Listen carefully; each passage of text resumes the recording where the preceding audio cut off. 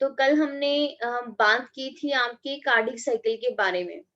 ठीक है, तो कार्डिक साइकिल दोबारा रिवाइज कर लेते हैं।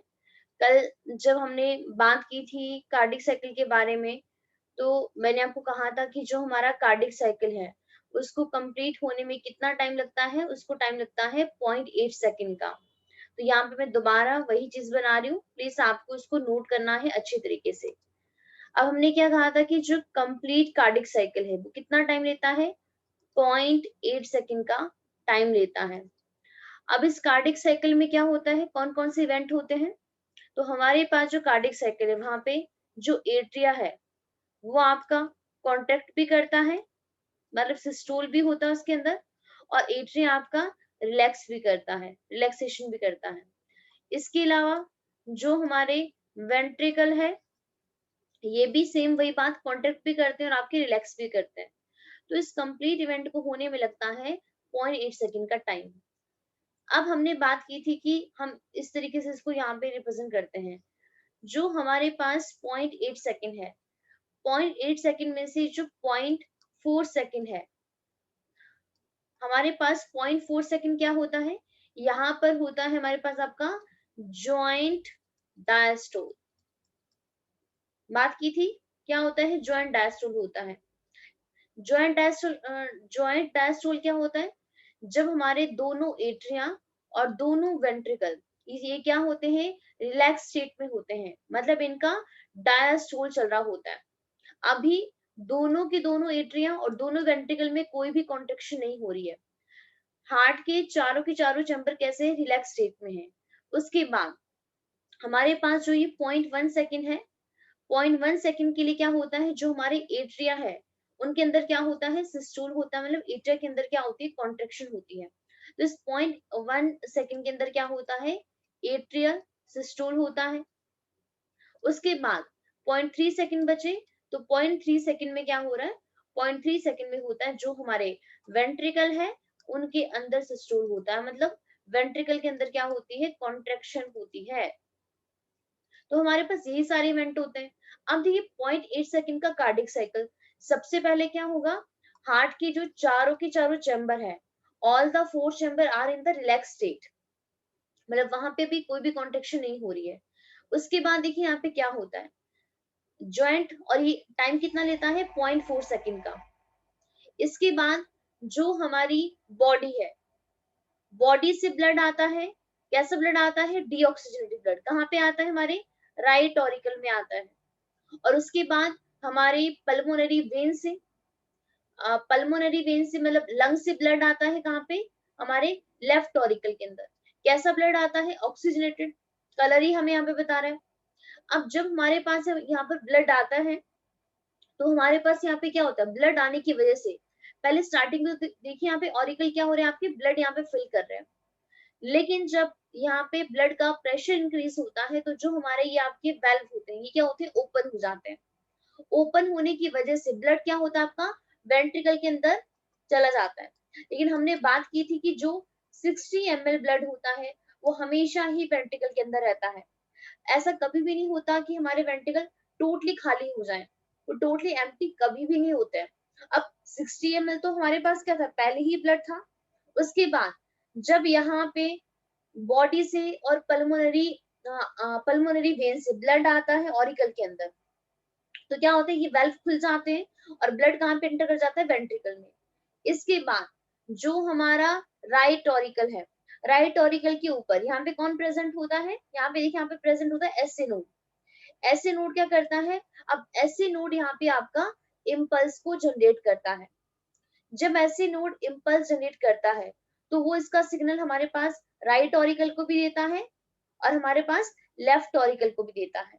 लेकिन साथ ही साथ में यहाँ पे नीचे कौन प्रेजेंट होता है? आपका एवी नोड, उसको भी देता है। तो जैसे ही एसए नोड ने यहाँ पे सिग्नल जनरेट किया, दोनों एट्रिया क्या कर जाते हैं? कांटेक्ट कर जाते हैं, जो आप देख सकते हो यहाँ पे एरो इस तरीके से दिया है। क्या कर रहे हैं? हमारे दोनों एट्रिया यहाँ पे क्या कर रहे हैं? आपके कांटेक्ट हो रहे हैं। जैसे ही कॉन्ट्रेक्शन होती है, सारा ब्लड एट्रिया का कहाँ चला जाता है? वेंट्रिकल के अंदर चला जाता है। तो कल हमने बात की थी कि 60 ml ब्लड तो पहले ही प्रेजेंट था, बट आफ्टर, आप ये कह लो कि मतलब यहाँ पे दोनों का हम यहाँ पे सम कर रहे हैं कि कुछ ब्लड तो यहाँ पे खुद ही प्रेशर की वजह से आ गया था, और बाद में जब एट्रियल सिस्टोल हुआ तो उसके बाद 70 ml ब्लड दोबारा एंटर हो जाता आपका वेंट्रिकल के अंदर, तो टोटल हो गया आपका 130 ml। तो हम कह सकते हैं कि आफ्टर एट्रियल सिस्टोल उसके बाद क्या हुआ, जो हमारे वेंट्रिकल के अंदर कितना ब्लड आता है, 160 ml ब्लड आता है। ठीक है, ये समझ में आ रहा है आपको, ये ऐसे कल वाली सारी बातें कर रहे हैं। इसके बाद प्लीज अब ध्यान से सुनना, अब यहाँ पे क्या हो रहा है, हमने यहाँ पे कहा कि 130 ml ब्लड यहाँ पे आ चुका है, अभी तक भी जो हमारा वेंट्रिकल है उसके अंदर भी कॉन्ट्रेक्शन नहीं हुआ है, अभी एट्रियल सिस्टोल एंड हुआ है। क्या मैंने कहा, एट्रियल सिस्टोल का एंड हुआ है, और आप ये कह लो कि भी वेंट्रिकल सिस्टोल की बिगिनिंग होनी है। तो जब अब मतलब वेंट्रिकल ने अभी यहाँ पे कॉन्ट्रैक्ट करना स्टार्ट करना है, यहाँ पे देखिए एरो यहाँ पे अंदर की तरफ है कि अब ये आप अभी क्या करेगा, अब यहाँ पे कॉन्ट्रैक्ट करेगा, लेकिन कॉन्ट्रैक्शन से पहले ही वेंट्रिकल के पास कितना ब्लड आ चुका था, 130 ml। तो इसको हम बोलते हैं कि हमारे पास ये क्या होता है, इट इज अ आपका कि मतलब एंड एंड जब हमारे पास क्या होता है आपका एंड डायस्टोलिक होता है, वेंट्रिकल का जब वेंट्रिकल के अंदर डायस्टोल का जब एंड हो रहा था, क्योंकि डायस्टोल का एंड हो रहा था तभी सिस्टोल की एंडिंग हो रही थी, तो उस टाइम पे कितना ब्लड था, 130 ml ब्लड था। इसके बाद वेंट्रिकल अब आपके पूरे पूरे भर चुके हैं, किससे, ब्लड से पूरे फिल हो गए। अब वेंट्रिकल के अंदर जब ब्लड इतना ज्यादा फिल हो गया है, अब वेंट्रिकल के अंदर क्या होता है, प्रेशर काफी ज्यादा बढ़ जाता है, काफी ज्यादा प्रेशर यहाँ पे इंक्रीज हो जाता है। क्यों, क्योंकि आप खुद ही सोचिए, इस एवी ने मतलब एट्री ने सारा ब्लड अपना वेंट्रिकल को दे दिया, इसके बाद अभी सारे वेंट्रिकल क्या हो गए, ब्लड से पूरे फिल हो गए।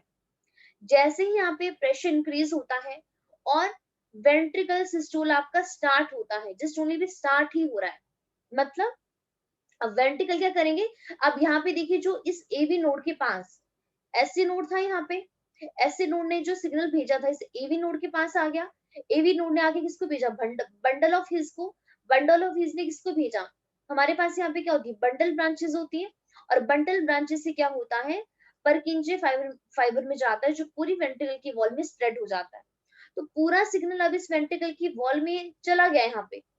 तो जब ये सिग्नल आपका यहाँ पे सेंड हो जाता है पूरे परकिंजे फाइबर में, पूरे वेंट्रिकल की वॉल में, अब वेंट्रिकल क्या करते हैं, यहाँ पे कांटेक्ट करना स्टार्ट करते हैं।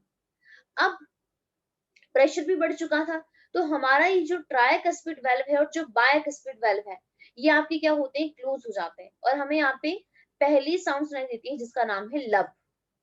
तो लब साउंड हमें कब सुनाई देती है, जब क्या हो रहा होता है, किसकी क्लोजिंग होती है, ट्राया और बायकस्पिड वाल्व की। लेकिन वेरी वेरी इंपॉर्टेंट, जब वेंट्रिकल सिस्टोल की बिगनिंग होती है, बिगनिंग, तो बिगनिंग के टाइम पर ही क्या होता है, ये बंद हो जाते हैं।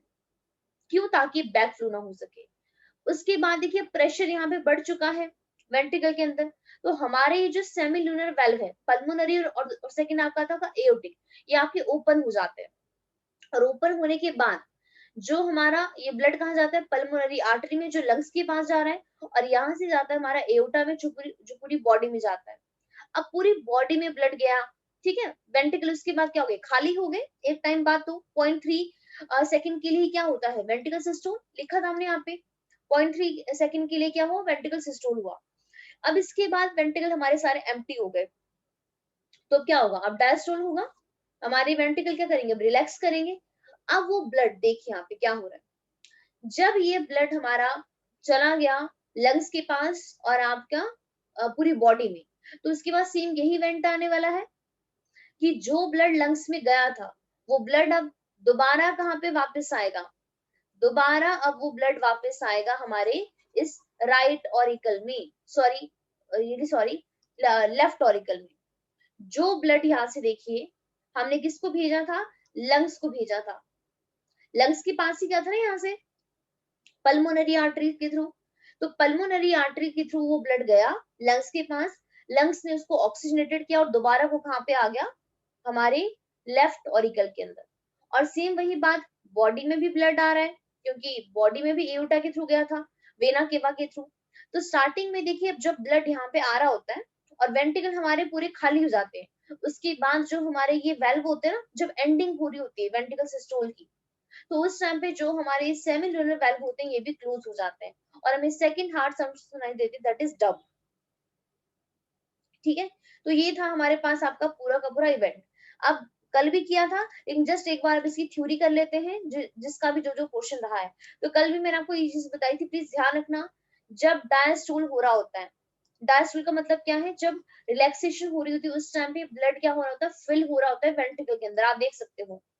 अभी हमारे ऑरिकल और वेंट्रिकल क्या है, रिलैक्स स्टेट में है, तो यहाँ पे डायस्टोल है मतलब ब्लड क्या हो रहा है, फिल हो रहा है। लेकिन जब सिस्टोल सिस्टोल हो रहा होता है मतलब यहाँ पे कॉन्ट्रेक्शन हो रहा है, देखिए यहाँ पे वेंट्रिकल कॉन्ट्रैक्ट कर रहे हैं, तो जब कॉन्ट्रेक्शन हो रही होती है उस टाइम पे ब्लड क्या होता है, पंप होता है। हाँ, एक चीज आपको और बतानी थी, वो यहाँ पे स्किप हो गई।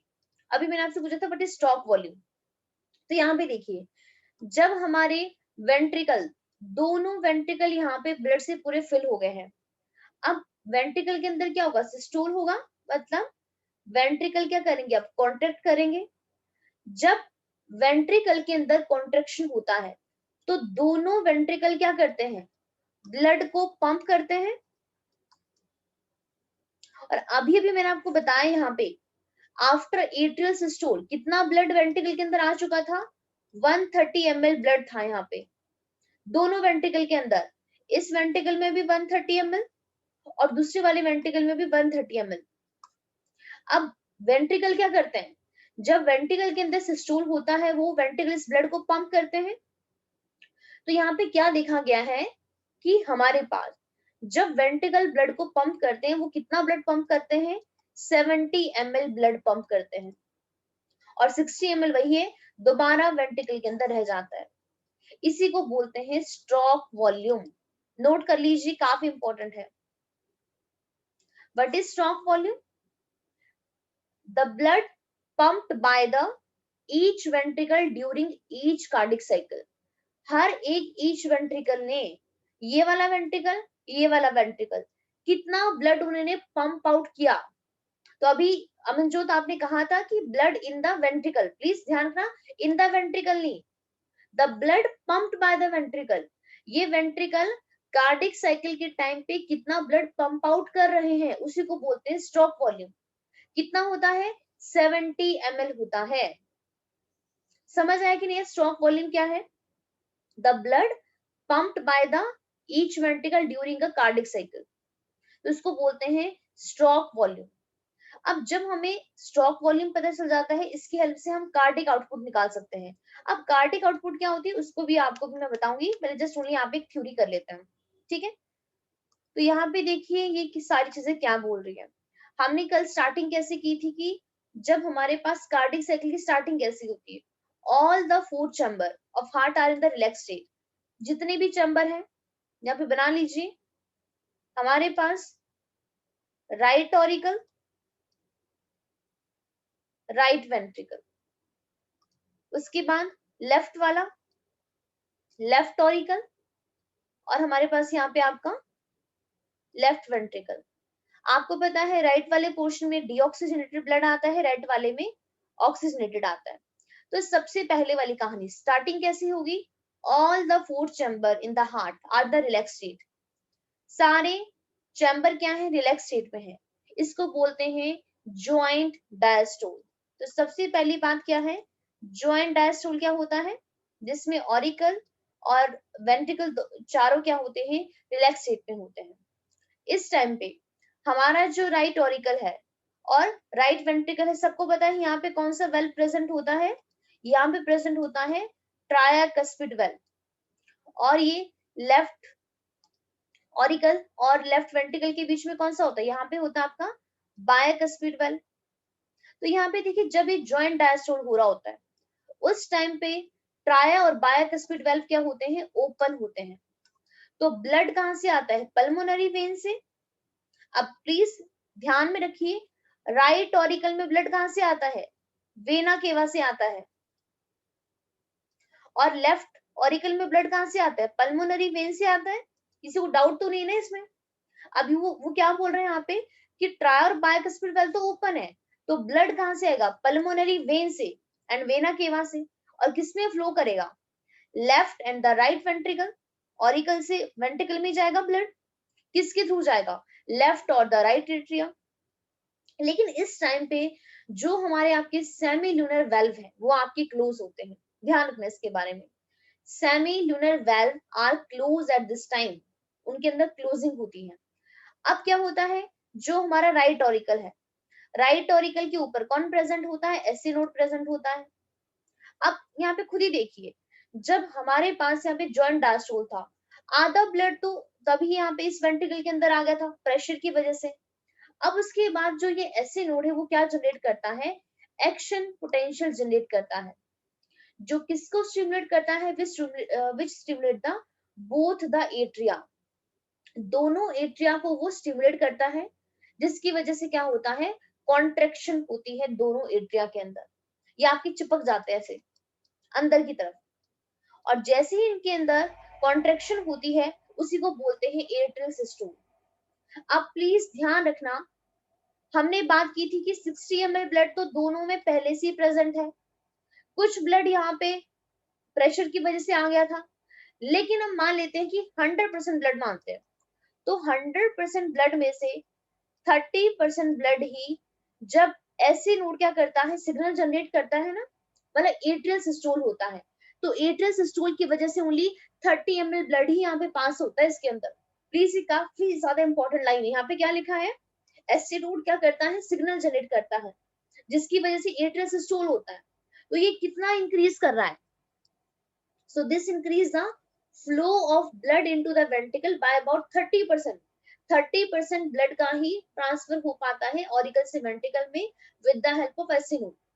अब एक्शन पोटेंशियल जो एससी नोड ने जनरेट किया था वो कहाँ पहुंच गया, अब वो पहुंच जाता है आपका वेंट्रिकुलर साइड में, दोनों वेंट्रिकल में, और कैसे जाता है सबको पता है, राइट ऑरिकल के नीचे कौन प्रेजेंट होता है, एवी नोड होता है, तो अब एक्शन पोटेंशियल आपका वेंट्रिकुलर साइड में पहुंचा by the AVN, AV node, उसके बाद वो एवी बंडल के पास जाता है, एवी बंडल यहाँ पे प्रेजेंट होता है, और उसके बाद बंडल ब्रांचेस में जाता है, बंडल ऑफ हिस के पास जाता है, बंडल ऑफ हिस को किसको भेज देता है, एंटायर वेंट्रिकुलर मस्कुलेचर को, मतलब पूरे वेंट्रिकल की वॉल में वो स्प्रेड कर देता है यहाँ पे। अब इसकी वजह से देखिए क्या होता है, प्लीज एक एक लाइन को ध्यान से सुनना क्योंकि सारी लाइनें काफी ज्यादा इंपॉर्टेंट है। अब क्या हुआ, this causes the ventricular muscle to contact, अब सारा ब्लड इधर वेंट्रिकल में आ चुका है, अब ऑरिकल रिलैक्स हो गई क्योंकि 0.1 सेकंड के लिए ही एसए नोड ने कॉन्टेक्ट किया था, ओनली 0.1 सेकंड के लिए। जब ब्लड वेंट्रिकल के अंदर आ गया, अब क्या होगा, जो वेंट्रिकल के अंदर मसल है वो कॉन्टेक्ट करेगी, जब वेंट्रिकल वाली मसल कॉन्टेक्ट करती है उसको बोलते हैं वेंट्रिकुलर सिस्टोल। लेकिन जब इस वेंट्रिकल के अंदर कॉन्ट्रेक्शन हो रही होती है उस टाइम पे ऑरिकल तो रिलैक्स कर जाते हैं ना, क्योंकि इनका तो ओनली 0.1 सेकंड का था, अब इसकी वेंट्रिकल की बारी थी। लेकिन जब वेंट्रिकल कॉन्टेक्ट कर रहे हैं, तो मैं अगेन बोल रही हूँ, ऑरिकल उस टाइम पे रिलैक्स कर रहे हैं, तो आप यहाँ पे समझ पा रहे हो कि यहाँ पे ओवरलैप हो रहा है दोनों के बीच में, ऑरिकल और वेंट्रिकल की कॉन्ट्रेक्शन और रिलैक्सेशन के बीच में ओवरलैप हो रहा है, और सोचो ओवरलैप भी काफी ज्यादा हो रहा है। देखिए यहाँ पे जब राइट वेंट्रिकल और लेफ्ट वेंट्रिकल यहाँ पे कॉन्टेक्ट करते हैं, कितने टाइम के लिए करते हैं, 0.3 सेकंड के लिए करते हैं, 0.3 सेकंड के लिए यहाँ पे क्या होता है, कॉन्ट्रेक्शन होता है, तो उस टाइम पे दोनों ऑरिकल क्या कर रहे होते हैं, रिलैक्स कर रहे होते हैं। ये लाइन देखिए लास्ट में वही बोलेगी, इसको ध्यान से सुनना, वो क्या बोल रहा है, this causes the ventricular muscle to contract, जब वेंट्रिकल की मसल कॉन्ट्रैक्ट करती है उसको क्या बोलते हैं, वेंट्रिकुलर सिस्टोल बोलते हैं, पहली बात। अब उस टाइम पे क्या हो रहा है, एट्रिया अंडरगो रिलैक्सेशन, अब उस टाइम पे जो हमारे एट्रिया हैं वो क्या कर रहे हैं, वहां पे रिलैक्स कर रहे हैं, और रिलैक्सेशन को क्या बोलते हैं, डायस्टोल बोलते हैं। यहाँ पे क्या लिखा है ब्रैकेट में, द एट्रिया अंडरगो रिलैक्सेशन और डायस्टोल। अब ये अगली लाइन क्या बोल रहा है, coinciding with the ventricular systole, मतलब जब वेंट्रिकल के अंदर कॉन्ट्रेक्शन हो रही थी उस टाइम पे एट्रिया के अंदर क्या हो रहा था, रिलैक्सेशन हो रहा था, तो यहाँ पे क्या कर रहे हैं, ओवरलैप कर रहे हैं, मतलब ये दोनों चीजें आपकी एक साथ में हो रही है। अब इसके बाद आगे देखिए क्या हुआ, हमारे वेंट्रिकल क्या कर रहे हैं, अब यहाँ पे ब्लड को क्या कर रहे हैं, अब उसके अंदर कॉन्ट्रेक्शन हो रही है। अब आप खुद ही बताओ, जब वेंट्रिकल के अंदर कॉन्ट्रेक्शन होगी क्या होगा, अभी भी हमने बात की थी। अब ये जो हमारे वेल्व थे, कौन कौन से थे आपके, एवी वेल्व, एवी वेल्व मतलब आपका ट्रायकस्पिड और आपका बायकस्पिड, अब ये बंद हो जाएंगे, और जैसे ये क्लोज होंगे पहली साउंड सुनाई देगी लब, और हमारे ये जो आगे वाले वेल्व है जो पहले क्लोज थे, अब ये ओपन हो जाएंगे। समझ आ रहा है कि नहीं आ रहा है, अब देखिए आगे आप यही पढ़ने वाले यहाँ पे।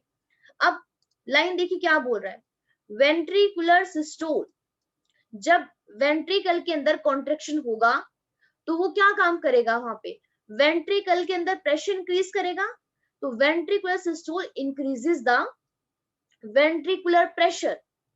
इस प्रेशर की वजह से जो हमारे ट्रायकस्पिड और बायकस्पिड वेल्व है वो क्या हो जाएंगे, क्लोज हो जाएंगे। तो ये काफी इंपॉर्टेंट लाइन है।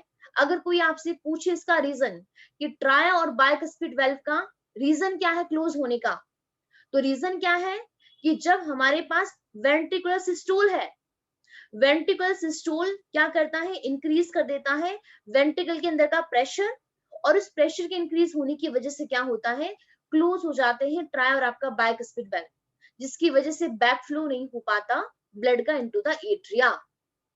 अब देखिए क्या हुआ, स्टार्टिंग में पहले थोड़ा सा प्रेशर इंक्रीज हुआ, अब सोचिए जब 3 सेकंड का टाइम ले रहा है हमारे पास वेंट्रिकल कॉन्टेक्ट होने के लिए, 0.1 सेकंड का जब कॉन्ट्रेक्शन हुआ तो थोड़ा सा कॉन्टेक्ट हुआ, 0.2 का ऑड कॉन्टेक्ट हुआ, लेकिन जैसे जैसे वो कॉन्टेक्ट हो रहा है प्रेशर बढ़ता जाएगा बढ़ता जाएगा। तो जैसे जैसे वेंट्रिकल का प्रेशर इंक्रीज होगा तो अब आगे वाली जो दरवाजे थे वो खुल जाएंगे, और आगे वाले दरवाजे कौन है बताइए, सेमिल्यूनर वेल्व है।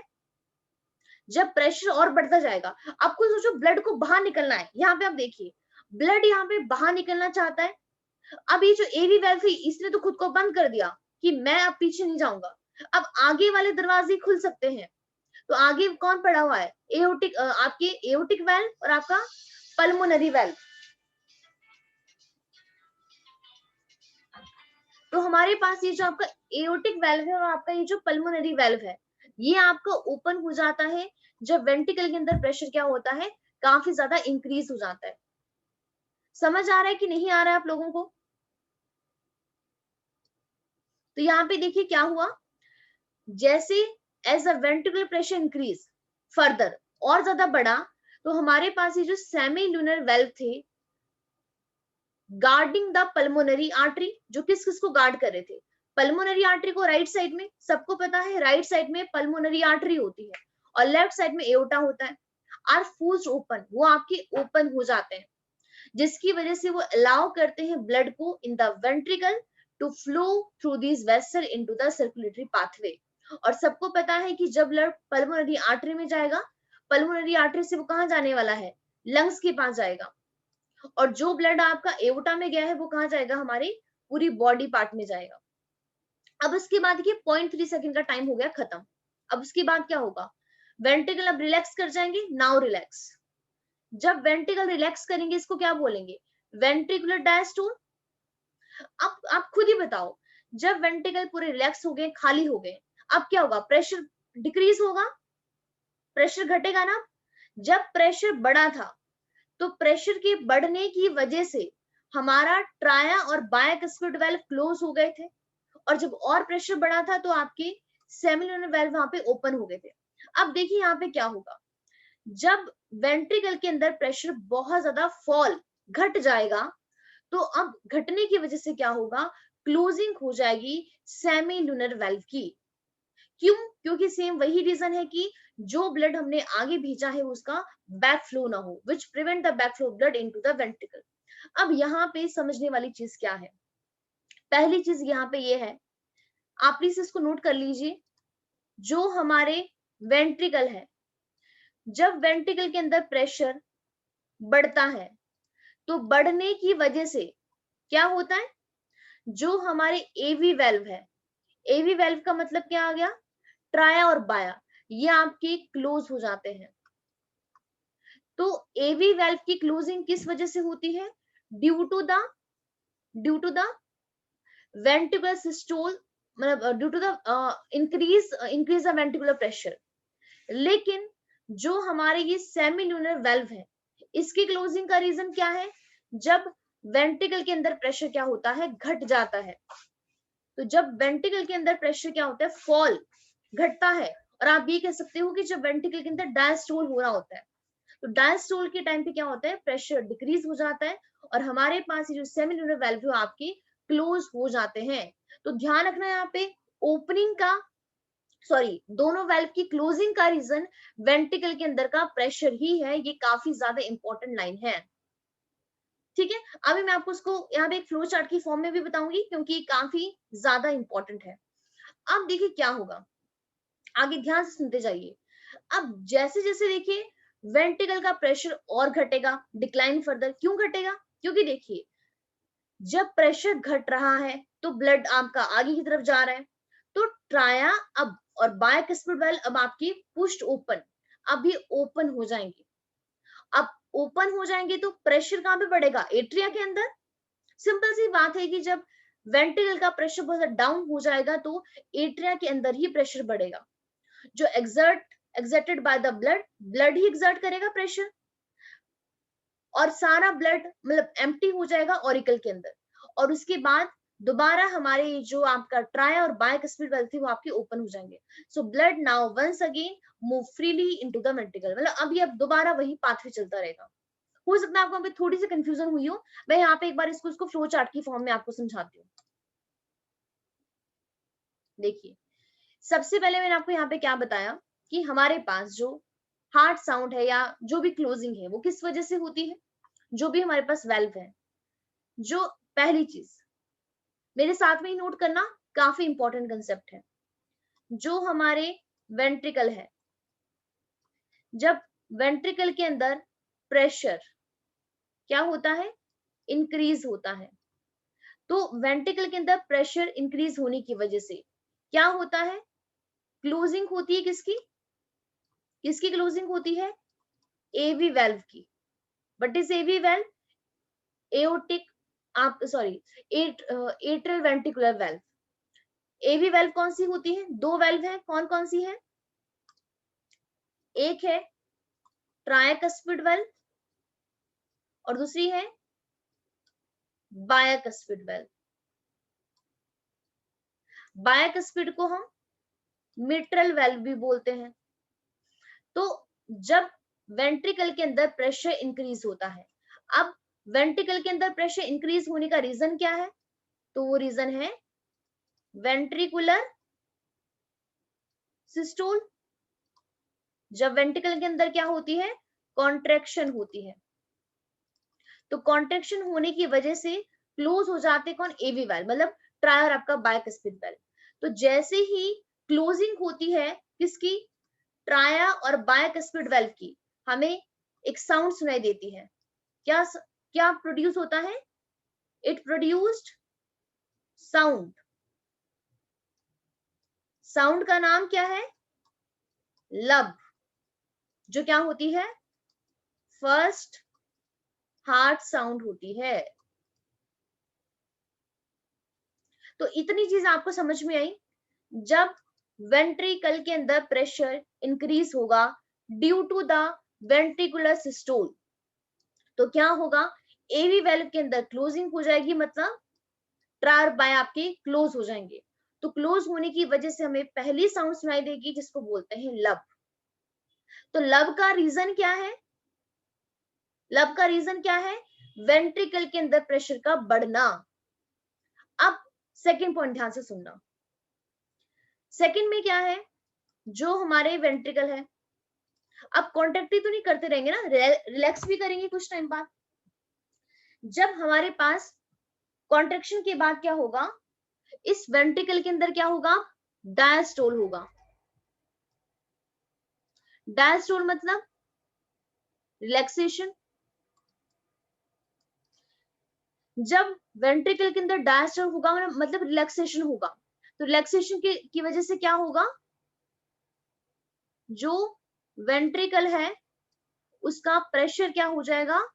अब आपका कम हो जाएगा, डिक्रीज हो जाएगा। और डिक्रीज होने की वजह से वेंट्रिकल प्रेशर क्या, वेंट्रिकल के अंदर प्रेशर डिक्रीज होने की वजह से क्या होगा, जो हमारे सेमी ल्यूनर वेल्व है, कौन कौन से सेमी ल्यूनर वेल्व है, एक आपका एओटिक वेल्व है, और सेकंड हमारे पास कौन सा वेल्व है, पल्मोनरी। तो जो हमारे आपके एओटिक और हमारे पल्मोनरी वेल्व है, अब ये क्या हो जाएंगे, क्लोज हो जाएंगे, क्लोजिंग हो जाएगी इनके अंदर, क्लोज्ड। तो वेंट्रिकल के अंदर प्रेशर घटने की वजह से सेमिलुनर वेल्व क्या हो जाएंगे, क्लोज हो जाएंगे। एंड जब ये क्लोज होंगे तो हमें दोबारा एक हार्ड साउंड सुनाई देगी। क्लोजिंग की वजह से क्या होगा, साउंड का प्रोडक्शन होगा, साउंड प्रोड्यूस होगी, और उस साउंड का नाम क्या होगा, साउंड का नाम है डब,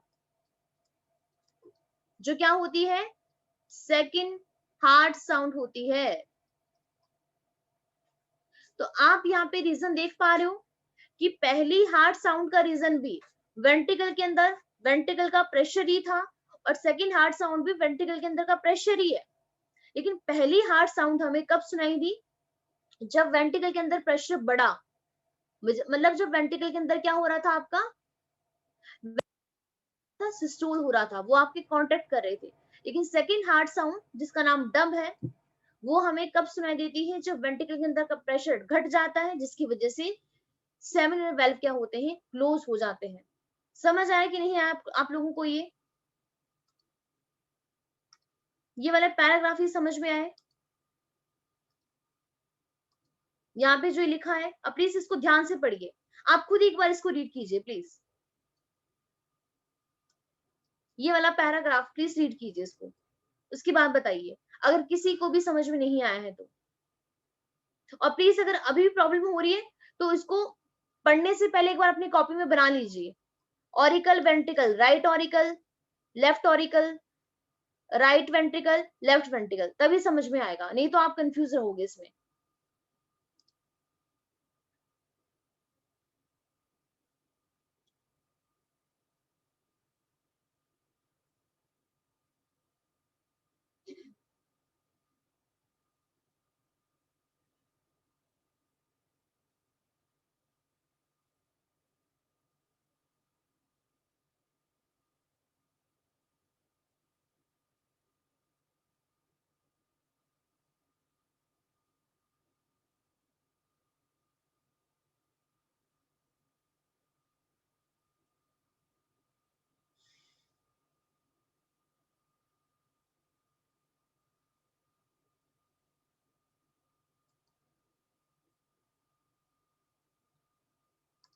एक चीज आप यहाँ पे प्लीज और नोट कर लीजिए, जब हमारे वेंट्रिकल के अंदर प्रेशर डिक्रीज होता है, जब इनिशियली प्रेशर डिक्रीज हुआ है, उस टाइम पे सेमिनल वेल्व आपके क्लोज हो जाते हैं। लेकिन जब प्रेशर और डिक्रीज होता है ना, तो और डिक्रीजिंग की वजह से जो हमारे एवी वेल्व है ना, मतलब ट्राई और आपका बाया, ये आपके ओपन भी हो जाते हैं। तो ध्यान रखना इसके बारे में कि जब थोड़ा सा प्रेशर डिक्रीज हुआ तो सेमिलुनर वेल्व क्लोज हुए, लेकिन जब और प्रेशर डिक्रीज हुआ, मतलब बहुत ज्यादा, काफी ज्यादा हाई प्रेशर, तो ज्यादा प्रेशर डिक्रीज हो गया, तो और प्रेशर डिक्रीज होने की वजह से एवी वेल आपके ओपन हो जाते हैं। क्योंकि सिंपल सी बात है ना कि प्रेशर डिक्रीज होने का मतलब है कि वेंट्रिकल ने सारा ब्लड दे दिया, अब वो ब्लड जाएगा कहाँ पे, दोबारा ऑरिकल के पास ही तो आना है। तो जब ऑरिकल उस ब्लड को रिसीव करेगा, तो प्रेशर की वजह से एवी वैल्यू आपके ओपन ही हो जाएंगे ना। ठीक है, तो प्लीज अपने नोट्स में इसको भी आप नोट कर लीजिए, यहाँ पे आप पढ़ लीजिए इसको।